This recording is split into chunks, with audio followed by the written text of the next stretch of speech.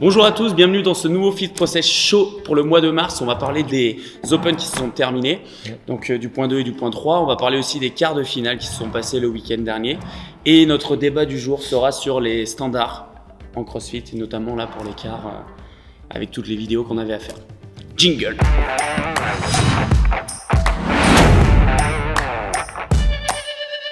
Donc pour commencer, on s'est sur le dernier Fit Process Show, on a parlé du 22.1 qui s'était plutôt bien passé, qui avait lancé un peu les Open et tout le processus des CrossFit Games. Et là, on a eu le 22.2 et 22.3 pardon. On va juste les rappeler. Le 22.2, il y avait du deadlift et des burpees. C'est ça. C'était une pyramide. Petite pyramide, exactement. 1 à 10 et on redescendait jusqu'à 1. Yes. Et le point 3, là, on avait pas mal de gym avec des thrusters et un peu de corde à sauter au milieu. Pas mal de gym. Ouais, pas mal de gym. Mais bon, il y avait quand même 3 mouvements de gym. Oui. Il y avait peu de reps, mais il y avait 3 mouvements de gym. D'accord. Donc c'est relatif. Moi, je voulais savoir un peu ton ressenti sur ces deux WOD. Comment tu t'es senti sur le deadlift? Toi, t'as bien aimé moi ça? personnellement personnellement, ouais, c'était des WOD, c'est des WOD assez classiques, on va dire. Donc deadlift burpee, c'est un peu un classique, voilà. Un petit couplet, donc ouais, non, moi c'était un WOD que j'aime bien. Donc l'objectif c'était de le finir pour moi, donc c'est passé pile poil, mais c'est passé. Et après le point 3, un peu pareil, hein, je trouve que c'est un peu des classiques, des mouvements qu'on sait que ça va tomber aux Open. Après, je pense que tout le monde s'attendait un peu d'une barre lourde ou un 22.3.4. Ils ont aussi un peu tout mettre sur le dernier, non? Et du coup, il n'y a pas vraiment eu de lourd finalement. Ça, ouais. On est resté sur un peu des trucs basiques. Donc, mais je trouve ça dépend pour qui, parce qu'il y en a pour certains. La barre à 60, ouais, la dernière barre, elle était 60-40, elle était un peu lourde. Mais même pas 40 pour les filles, c'était plus léger d'ailleurs pour les filles. Ça démarrait à 31, 35. Je crois que ça finissait pour les filles, ça finissait à 38. Mais alors que souvent le standard c'est 61-43, là ils ont mis 61-38. Donc c'est un peu plus léger pour les filles cette année. Donc okay. Ouais, non mais les WOD étaient cool. Après sur les débats, il y en a beaucoup qui trouvaient que les WOD des Open étaient moins bien parce qu'il n'y avait pas casse. Je sais pas si c'était pas bien, mais genre plus accessible, plus facile. Moi j'ai bien aimé. Moi j'ai quand même bien aimé. Moi je trouve ça bien aussi. Je trouve en fait vu qu'il y a les quarts finales après, ça reste logique que les Open soient beaucoup plus accessibles. Voilà, moi je t'avouerais que j'aime bien ce format dans le fait, surtout sur le fait qu'on puisse encore plus partager le fait qu'il y ait moins de stress pour les athlètes qui veulent aller plus loin. Et en plus de ça, comme tu dis, que ce soit accessible et que même si tu as des barres un petit peu de challenge, tu n'as pas des mouvements non plus tout le temps, genre tu as un WOD où tu as de la marche sur les mains, un autre où il y a plein de muscle-up, etc. Tu vois. Ouais, moi je suis d'accord. Je pense le fait de changer la façon de faire je sais pas comment dire, le schéma de l'année pour arriver au CrossFit Games avec les quarts permet de mettre des WOD accessibles au début qui soient pour ouvrir à tout le monde et aux débutants notamment. Nous je sais qu'à par exemple à Jeunesse on avait beaucoup de débutants et du coup ils ont pu faire pas mal de fois le WOD en RX, ce qui est plutôt cool je trouve, même si c'était challenge pour eux, mais au moins c'est sympa, ça les booste un peu quoi. Carrément. Du coup, n'hésitez pas à mettre en commentaire votre ressenti par rapport à ces Open et pensez surtout aussi à vous abonner pour suivre la page.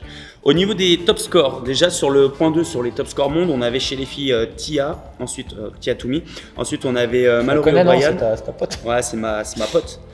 Et ensuite on avait Caroline Prévost en 3e position. Sur le classement homme, on a Uldis Upeniek, un lettonien. Pas mal. Noah Olson et donc Dakota Rogers, je crois que c'est un américain si je dis pas de bêtises. Et pour le point 3 chez les filles, donc on avait toujours Mallory O'Brien cette fois en première position et Tia Toumi en 2e position. En 3e on avait Kara Saunders et chez les gars on avait Scott Tetlow, c'est ça, Augustine Richelme et Giorgio Caravis. C'est pas Augustine Richelme? Je crois que c'est un truc un peu comme ça. Okay. Au niveau du classement des Open en Europe, donc chez les Français, le top 3, donc on a Will qui a fini 7e européen, moi j'ai fini 17e, Romain Fellono 28e, et chez les filles on a eu Laurie Clément qui a fini première de CrossFit Caen, Métis Greneron qui a fini... Première Europe? Ouais, okay. Première Europe. Ensuite on a eu Métis Greneron qui a fini 43e, et Justine Firly 58e. Donc voilà pour ça, et puis du coup le top 1 World, ceux qui ont pris un petit chèque de 15 000, il y a eu Mallory O'Brien et Saxon Ponchik.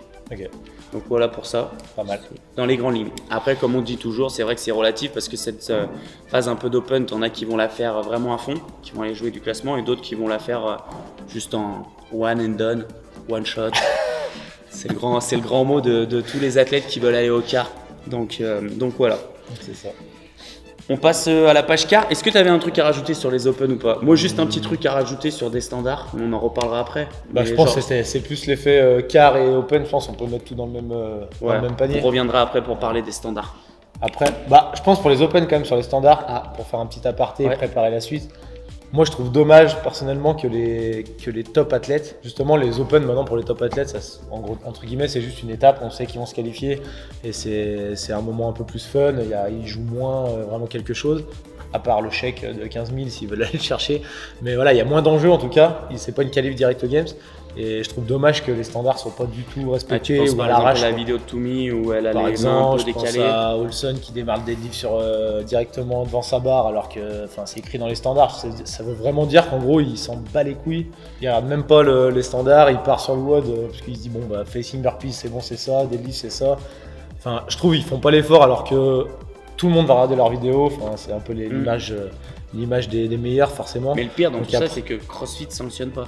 Et après, je crois qu'ils ont pris Olson, il a dû prendre une petite pénalité, je crois. Mais je trouve dommage qu'ils jouent pas le jeu vraiment correctement. Ils peuvent prendre le temps de regarder les standards et faire le WOD une fois correctement et ça leur permet largement. On en reviendra après au petit débat. Donc voilà. Pour la phase des quarts finales, donc on va juste rappeler un petit peu les 5 WOD parce que du coup c'était les mêmes pour tout le monde, qu'on soit sur le continent américain, européen, asiatique, tout ça. Le premier WOD, donc on avait un WOD où il y avait des HSPU et des fentes, donc c'était un peu, on montait en difficulté, on va dire. Sur les HSPU avec le nombre qui diminuait, de toute façon on remet la petite image. Ce qui n'était pas évident sur ces HSPU, c'était les épaules. Parce que déjà il y avait une bonne sollicitation à partir du moment où on était quand on était en front. Après, si on avait la technique de les poser sur les trapèzes, j'ai trouvé que ça relâchait pas mal.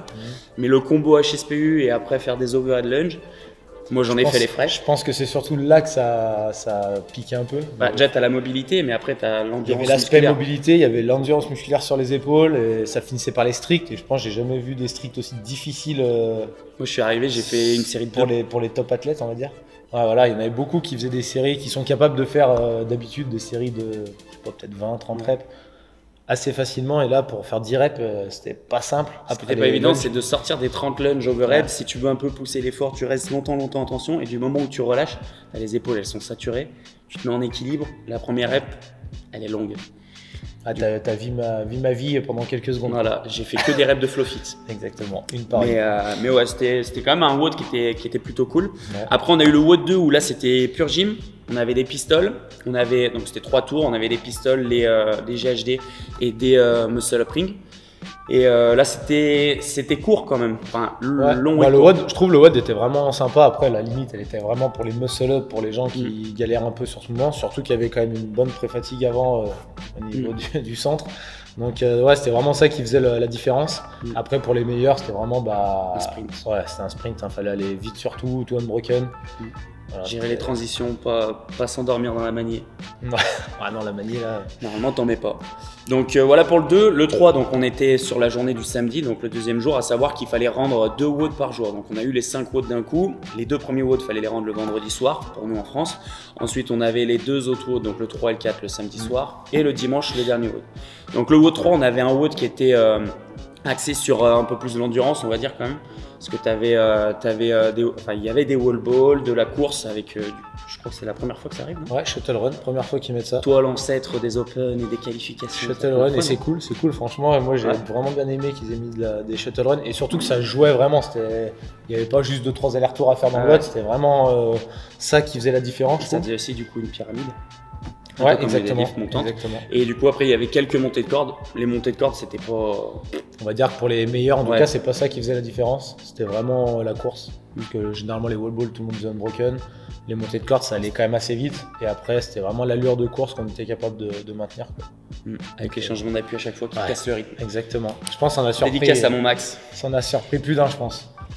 Et du coup, donc le 4e WOD, on était sur la force. Donc ça, c'était personnellement, c'était le WOD tant de redouté parce qu'ils nous ont sorti le banc de bench. Je me suis dit, s'il y a que du bench, moi qui suis pas très bon là-dedans, j'ai eu peur, mais on a sauvé les meubles. Du coup, donc c'était un peu comme un CrossFit Total. Fallait chercher une rep max sur 3 mouvements, le clean, le bench press et le overhead squat. Pas mal. Un classique d'écart. Là, faut trouver faut tester un peu la force. Donc voilà, je trouve que c'était plutôt cool le format. Il y avait du temps. Donc le but c'est vraiment d'aller monter lourd et de faire vraiment de la force, et il n'y avait pas un timing serré où ça nous oblige à nous limiter. Donc il y a je pense beaucoup ont fait des pierres, donc c'est plutôt cool, un bon format quoi. Yes. Sur le dernier WOD, donc le WOD qu'on devait rendre le dimanche, là on était pour les meilleurs vraiment sur un sprint. Pour d'autres, on était sur une barre un peu aller chercher des reps challenge sur les snatch. Donc on avait les 30 calories à faire sur le rameur. Ensuite, on avait 20 burpees overbox. Et après, on arrivait sur une barre qui était du coup à 83 pour les gars et 61 pour les filles. Et là, donc, comme je dis, on était dans les deux schémas. Pour les personnes qui étaient plutôt faciles sur ce mouvement de snatch, c'était vraiment un sprint. Ouais. Et pour les personnes du coup qui étaient plus sur une barre challenge, il fallait gérer la première partie pour arriver à faire des barres, le plus de barres, voire même terminer dans le time cap. Donc format. Après, pareil sur la charge entre les hommes et les femmes, là c'était l'inverse des open, je trouve. D'habitude le standard c'est 0,7 qu'ils prennent comme ratio. Là du coup les filles avaient un peu plus lourd que ce qu'ils mettent d'habitude. Donc voilà, c'était l'inverse des open où les filles avaient un peu plus léger. Donc la barre à 61, je pense que pour les filles elle était pas mal challenge pour beaucoup. Plus que pour les gars. Plus que pour les gars à 83, je pense, sur le total des qualifiés en quart, je pense. Même si on voit après je vais reprendre les top scores, mais on avait comment? On avait quand même des chez les gars et chez les filles. Donc le top score, on était, je prends en Europe, on était à 2,25 chez les gars là, avec Papadopoulos, lui qui est sur solide. Si vous êtes un petit peu friand de ce qu'il peut faire, aller voir, il est très fort. Et chez les filles, le meilleur score Europe, on était du coup à 3,21. Donc en gros, on a une petite minute de décalage. Ce qui change surtout, c'est le rameur en fait. Ouais, carrément. Donc même si, je pense dans le général, le poids jouait beaucoup, mais chez les top scores, c'était juste le fait qu'il y ait le même nombre de cales. Il fallait être capable de partir très fort dès le début. Ouais. Donc forcément. Mais ouais. Après, en général, moi, sur ces quarts, je trouve on a dans le classement, on voit beaucoup un peu la même façon de scorer pour les athlètes. Ceux qui étaient plutôt à l'aise en gym, ils ont le score 1 et 2 qui est plutôt bon. Et après, le 4 et 5 plus difficile. Et pour les gens qui avaient un profil plutôt force, c'était l'inverse. Ils avaient le 4 et 5, vous avez des top scores. Et le 1 et le 2 qui était assez difficile. Et au milieu, tu avais le séparateur. Et du coup, c'était le séparateur. Là, c'était le 3, celui qui était capable d'avoir un bon moteur au milieu de la gym et la force. Donc c'est plutôt bien réparti. Un bon test. CrossFit. Cocorico. On est du coup donc encore sur les classements provisoires, mais on a quand même beaucoup de Français qualifiés sur les demi-finales. Donc provisoirement, en espérant que ça bouge pas d'ici là. Qui avons-nous de qualifiés ? Faut que ça bouge dans le bon sens pour qu'il y ait plus de qualifiés. Ouais. Donc on a 1, 2, 3, 4, 5, 6 hommes et 4 filles qualifiées pour le moment, provisoirement. On les nomme ou on montrera le classement, ça sera mieux. Ouais, bon, après on peut les nommer rapidement. Chez les filles, on a Marie Robin qui a fini 12e, on a Claudia Gluck qui a fini 16e, on a Métis Grenéron qui a fini 30e, Anaïs Lancry 56e. Et après chez les gars, donc on a Willy qui a fini 2e, Guillaume Briand 9e, Antoine Dumas qui a fini 20e, Alexandre Pinsol 24e, Lucas HZ, je sais pas si tu connais, 34e et Elliot Genin 53e. Donc voilà, d'ici là. Après, on a Julie qui est 74e chez les filles, donc si ça bouge, mais bon, je pense que ça va être quand même chaud que ça bouge autant. Mais... Après, chez les gars, on a Felono qui est 64, je crois. Ouais, 64e, ça bouge un peu tout le temps. Donc, il y a Victor, non, qui est pas loin aussi. Plus 68, 69, donc plus compliqué. Ouais. Ça peut encore, peut-être Romain qui va passer, on sait pas. Après, il y a toujours les teams. Nous, l'année dernière, si tu pars en team, tu libères des places aussi, donc ça va jouer aussi. Voilà pour le classement des quarts, on va passer au débat. Carrément. Pour le débat, on a tout simplement, en fait, on a eu le cas là pendant les Open et pendant, du coup, comme on disait tout à l'heure, pendant les Open et là pendant les quarts, des standards qui sont pas forcément bien respectés, pas compris, pas lus. Moi, je dirais plus c'est un peu de la bêtise, dans le sens où tu prends pas le temps de lire et tu fais le truc un peu à l'arrache, alors que si tu prenais le temps de lire ou juste de t'informer, ça prend 5 minutes, tu pourras avoir les réponses. Je trouve ça un peu... Je sais pas comment tu le ressens, mais je trouve que c'est plus de la fainéantise en fait, de pas avoir. Franchement, je me demande comment chaque après honneur organise dans sa boxe, mais ça me paraît assez simple d'aller voir. Là, je parle vraiment des standards que soit n'ont pas été compris, soit pas regardés. Donc on parle surtout du WOD 3 sur le WOD où il y avait les shuttle runs et la course. Les shuttle runs et les montées de corde, pardon. Donc je pense qu'il y avait sur ce WOD-là, il y avait 2 gros soucis. C'était ceux qui ont rentré des faux scores parce qu'ils faisaient qu'un aller au lieu de faire un aller-retour pour compter le point. Donc ça, on va dire que ça peut être une erreur ou je sais pas, ou ils n'ont pas compris l'anglais ou j'en sais rien. Enfin, je sais pas. Mais à mon avis, c'est surtout qu'ils n'ont pas trop lu les standards dans les détails. Ouais. Donc c'est problématique parce que du coup, pour tous les autres mouvements, ça veut dire qu'en gros, quand il y a marqué, je sais pas moi, quand il y a marqué deadlift, en gros, ils se disent dans leur tête, bah ok, je sais faire un deadlift, j'ai pas besoin de regarder les standards, alors que je pense que c'est important de regarder bien les standards à chaque fois, parce que ça peut varier. On a vu sur les wall balls par exemple avec les filles, tout le monde a l'habitude de faire hauteur fille pour les filles, là c'était hauteur homme. Donc voilà, chaque mouvement, il peut y avoir des petites modifs, subtilités, donc c'est important de bien lire les standards. Encore plus quand on a quelqu'un qui joue quelque chose. Après, même si on joue rien, je trouve que c'est important parce que... Après, pour toi, jouer quelque chose, c'est à partir de combien de places? Parce que tu vois, je donne l'exemple, mais... Pour moi, jouer quelque chose, c'est-à-dire si tu penses que pouvoir qualifier. Mais après, si tu veux rentrer ton score dans le classement, je trouve que c'est important parce que ton score, il va forcément jouer avec ceux qui veulent aussi jouer la qualif. Je prends l'exemple de personnes là qui ont fait qu'un aller et qui ont fait un temps, je sais pas moi, de 16 minutes. Donc ils sont quand même derrière les meilleurs, malgré qu'ils ont fait beaucoup moins de distance, ils sont quand même derrière les meilleurs qui ont fait un score. Mais quelqu'un qui a fait un 16-30, il peut jouer sa qualif avec les autres WOD, si ça c'était un WOD où il n'était pas forcément top. Il peut jouer sa qualif, mais il est pénalisé par quelqu'un qui a mis un faux score au milieu. Et le plus gros problème pour moi, c'est que CrossFit demande 0 vidéo à ces gens-là. Parce qu'ils sont au milieu, au fond du classement, donc personne s'en soucie en gros. Du coup, ça pénalise en gros ça ceux pénalise, qui sont en au milieu fait, de tableau. Exactement, donc en gros, ça va pénaliser ceux qui sont entre la 50e place à la fin et la 100e place, quoi. Là, ça se trouve, il y aurait eu des changements si tout le monde respectait les standards correctement. Donc je trouve ça dommage que ceux qui s'inscrivent, ils jouent pas le jeu jusqu'au bout à faire vraiment les watts correctement. Même pour eux, je trouve que au moins ils ont un vrai score et voilà, ils peuvent se trouver dans le classement. Exactement. On avait fait une petite vidéo, on va la mettre en fiche avec bien réussir sa qualif avec 5 points un peu basiques. Donc on parlait un peu de la vidéo, on parlait un petit peu des standards, tout ça. Je vous invite à la regarder si vous êtes sujet à faire souvent des qualifs, même pour les prochains throwdowns, les prochaines compétitions qui sont en qualif vidéo. Si jamais vous avez tendance à pas savoir comment vous y prendre, au moins on réénumère un peu les étapes. Donc allez y faire un tour. Et toi, c'est une petite question un peu perso, mais quand tu as quelqu'un qui va justement dans une autre box, pas ici à Genasse parce que tu peux plus facilement le prendre en main, mais comment tu vas lui dire les étapes pour gérer son WOD de quart, son WOD d'open?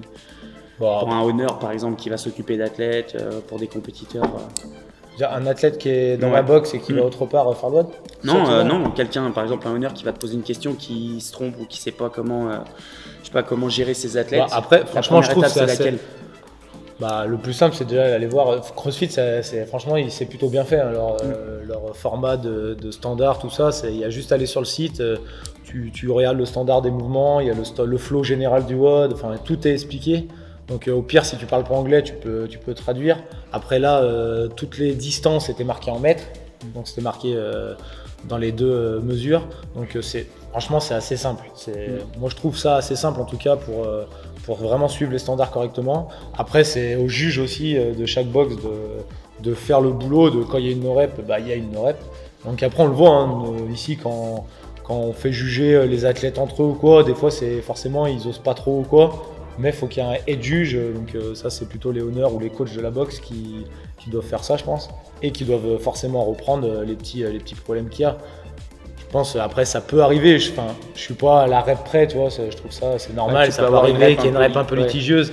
Mais ça commence à être 3, 4, 5. Voilà, déjà ça, et puis quand on se trompe totalement sur le standard, c'est vraiment que là on n'a pas regardé correctement tout le format. Après il y a un autre problème aussi, c'est que cette année, l'année dernière aussi, mais tout est standardisé, ça veut dire que le spot HSPU doit être là, le wall ball il doit être à tant de mètres, la corde elle doit être à tant de hauteur, tout est noté.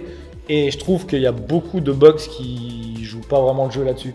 Donc en gros, parce que ils partent du principe que leurs athlètes ne vont pas jouer une qualif en demi, du coup ils se disent c'est pas bien grave si le spot il est pas à tant de distance, machin. Mais ça revient toujours au même. Du coup, tu passes devant des gens qui font vraiment exactement, ça revient toujours au même. Du coup, dans ton classement, on l'a vu, on donnera pas de nom, mais on a vu l'avantage des réseaux sociaux, c'est que tu vois tout. Et malheureusement, tu vois aussi n'importe quoi. Ce que je trouve dommage, c'est que du coup, ils mettent ça sur les réseaux. Du coup, pour eux, en fait, ils pensent vraiment que c'est un truc qui est pas grave, tu vois. Alors que, enfin, je sais pas, si c'est marqué, il faut 10 mètres entre je lance par exemple juste un pic sur les montées de cordes. Nous, on a des cordes qui sont du coup à 4, c'est combien la hauteur exacte ? C'est 4,57. 4,57, on s'entraîne tout le temps dessus, on optimise tout pour essayer de faire en 2 mouvements de pied pour monter et aller toucher la corde. Et on voit des gens qui font ça en une montée. C'est clairement la loi de la physique, c'est pas normal. On va dire que ça peut être possible, mais visuellement, on sait comment ça doit se faire. La descente, on sait comment le temps que ça prend aussi. Ouais. Ou des cordes qui sont dans les racks derrière, c'est rare qu'un rack qui soit à 5 mètres. On sait que c'est compliqué qu'il soit à la bonne hauteur. Enfin bref, c'est plein de petites subtilités. Je trouve dommage parce que ça. Du coup, à la fin, ton classement, il est pas valable. C'est surtout nous, on le voit, on bataille pour aller chercher la qualif et tout, mais on a beaucoup de personnes à la salle et on a même dans la progra des gens avec qui on échange qui du coup se disent sur ce WOD 3 en fait, j'ai un classement qui est pas, je sais pas vraiment mon classement. Et au général aussi du coup. Ouais, voilà, parce que ça bouge tout. Exactement. Donc c'est un peu dommage. Après, moi, j'en veux. Après, aux gens qui le font, on va dire que ça me fait chier et je leur en veux un peu parce que je pense qu'ils pourraient faire un peu mieux et être un peu plus. À savoir les Frenchies qu'on a regardé un peu en Europe et qu'il y a quand même beaucoup de Français qui ont des scores. Je pense beaucoup d'Européens quand même. Beaucoup, juste d'Européens, tu penses ? Enfin, j'ai pas regardé dans Après, j'ai pas trop fait gaffe, c'était beaucoup des Français, mais il y a en Europe, en tout cas, on a fait beaucoup plus de conneries sur SWOT 3. Donc, les Gaulois, arrêtez de croire que vous êtes au-dessus et que vous pouvez faire nimp. Lisez les standards. C'est ça. Est-ce que tu penses que ça a influé sur le nombre de participants sur ces quarts finales ? C'est ce que j'allais dire. Moi, au final, j'en veux quand même plus à CrossFit, qui, je trouve, leur système dans les quarts finales ne va pas parce que je trouve les gens, ça les incite pas à s'inscrire parce qu'au final, là, tu t'inscris, donc tu payes $50 pour faire les quarts. Je pense qu'il y a déjà un frein pour beaucoup. Et en fait, à la fin, tu connais pas vraiment ta valeur parce que ton classement, il est faussé. Parce qu'ils demandent les vidéos des 60 premiers.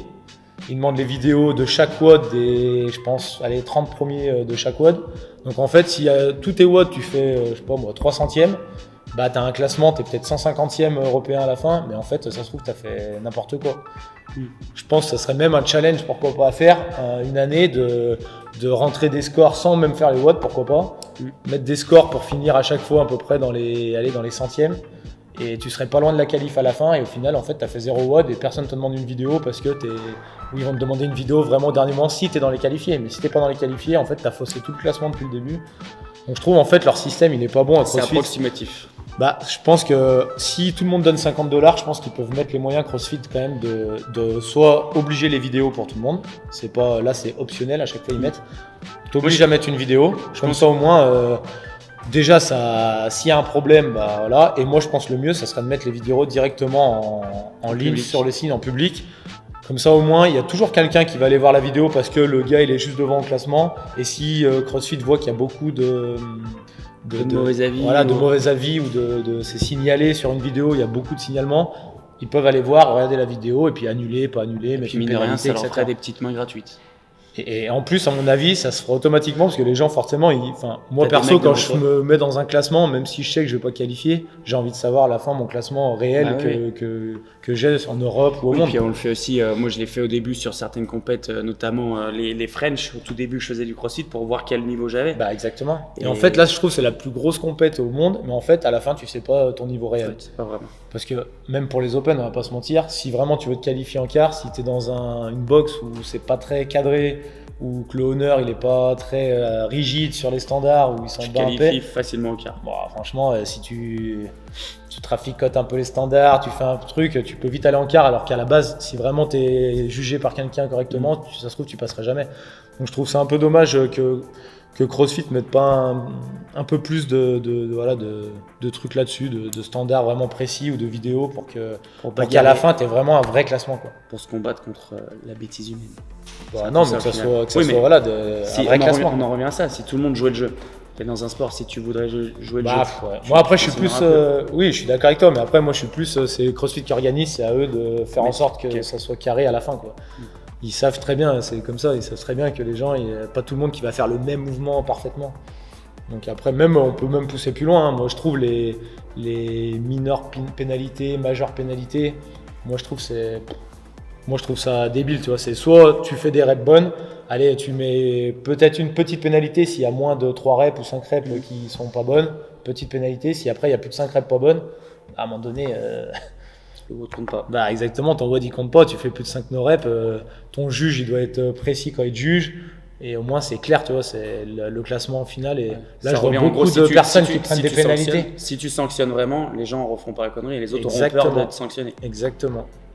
Moi, en tout cas, je suis plus partisan de ça. Partisan de la sanction. Bah, je suis plus partisan de. S'il y a une erreur, il y a une erreur. C'est pas faux. Puis, moi, je prends souvent l'exemple on prend l'exemple du foot parce que c'est le sport un peu universel et voilà. Je pense que beaucoup détestent le foot petit à petit parce qu'en fait, il y a les règles. L'arbitre, tu peux aller lui parler dans le bec, personne ne va rien dire. Et en gros, c'est pas carré, tu vois. Au rugby, personne ne va parler à l'arbitre parce que si tu parles à l'arbitre, c'est dehors direct et voilà. Bah, à un moment donné, je pense que si tu mets pas des sanctions dès le début, des règles précises, bah, c'est guinguette, quoi. Tout le monde fait un peu n'importe quoi. C'est guinguette. Et voilà. Donc je trouve ça un peu dommage qu'à la fin, au final, ça pénalise tous les athlètes parce que ton classement, il est pas réel. Donc voilà.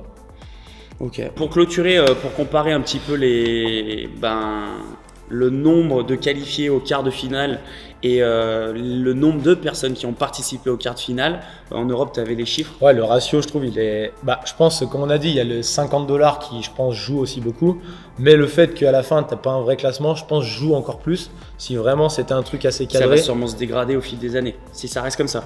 Si ça reste comme ça, je pense qu'il y en aura de moins en moins qui vont participer au quart. Parce que dire, je paye $50 et au final, il y a toujours des saucisses, des trucs... Autant que je fasse les watts dans ma box sans payer. Et puis je me compare à un tel. Je trouve... En tout cas, moi, c'est pas ma vision, parce que je pousse toujours les athlètes à s'inscrire parce que je trouve que c'est bien d'être dans le classement et du coup, les watts, c'est plus du tout les mêmes. Ça t'engage un peu. Là, tu les fais pas pareil. Mais après, je comprends quelqu'un qui va me dire, bah ouais, mais tout le monde fait n'importe quoi de toute façon, donc le classement, il est pas vrai.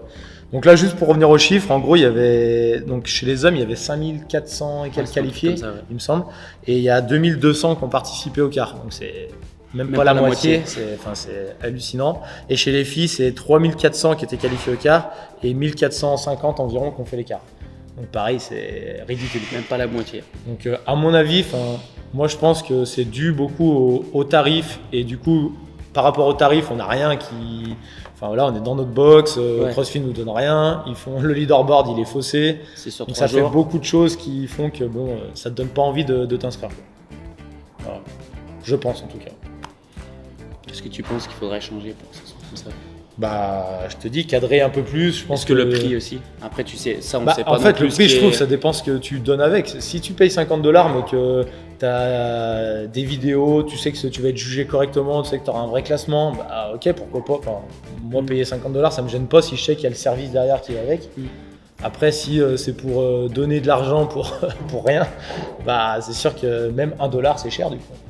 Voilà, moi, c'est mon avis. Après. Je pense qu'en tout cas, s'il n'y a pas beaucoup d'inscrits, c'est aussi que beaucoup pensent comme ça. Et quand on parle un peu avec les honneurs de Fit Process, mais même des autres et des athlètes, il y en a beaucoup qui hésitent à s'inscrire à cause de ça, je pense. Parce qu'au final, ça ne te sert pas à grand chose et tu sais que tu joues pas ta Californie, c'est juste pour le fun, donc autant le faire dans ta box avec tes potes sans payer, quoi. N'hésitez pas à nous dire en commentaire vos ressentis par rapport à ça, si vous avez participé au quart. Pas du tout, ce que vous en pensez, si vous avez apprécié, si au contraire vous n'avez pas aimé.